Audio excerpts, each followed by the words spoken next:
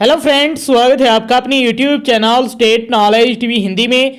जी हां, हरियाणा सरकार ने आज फिर से दो बड़ी घोषणाएं कर दी है रात को।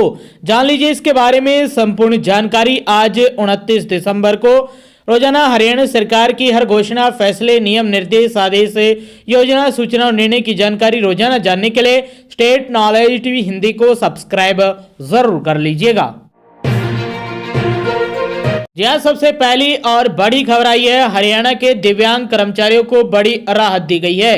पंजाब और हरियाणा हाईकोर्ट ने स्पष्ट कर दिया है कि 40% या उससे अधिक दिव्यांगता सरकारी कर्मचारियों को यात्रा भत्ते से वंचित नहीं किया जा सकता।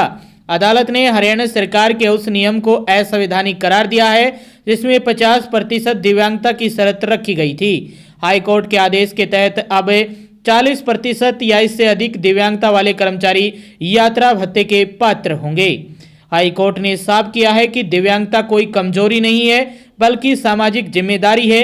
सरकार का कर्तव्य है कि वह समान अवसर सुनिश्चित करे, न कि भेदभाव करे। कोर्ट ने कहा कि दिव्यांग एक समान वर्ग है। 40 व 50% दिव्यांगता वाले व्यक्तियों के बीच कोई तार्किक भेद नहीं किया जा सकता। राज्य ऐसा कोई नियम नहीं बना सकता जो केंद्रीय कानून के विपरीत हो। हरियाणा सरकार ने तर्क दिया था कि नियम बनाने का अधिकार राज्य को है और 50% की शर्त उसी नीति का हिस्सा है। कोर्ट ने कहा कि जब केंद्र सरकार ने दिव्यांगता की सीमा 40% तय कर दी थी या कर दी है, तब राज्य सरकार उससे अधिक कठोर शर्त नहीं लगा सकती। तो ये पहली और बड़ी खबर आई है। राहत देते हुए पंजाब एंड हरियाणा हाईकोर्ट ने ये टिप्पणी की है और ये आदेश दिया है। ये पहली बड़ी अपडेट थी आप सभी। दूसरी महत्वपूर्ण बड़ी खबर आई है, हरियाणा में चुनाव को लेकर तैयारियां शुरू हो गई हैं। नगर चुनाव को लेकर, निकाय चुनाव को लेकर, हरियाणा में नए साल पर प्रस्तावित नगर चुनाव को लेकर तैयारियां शुरू हो गई है।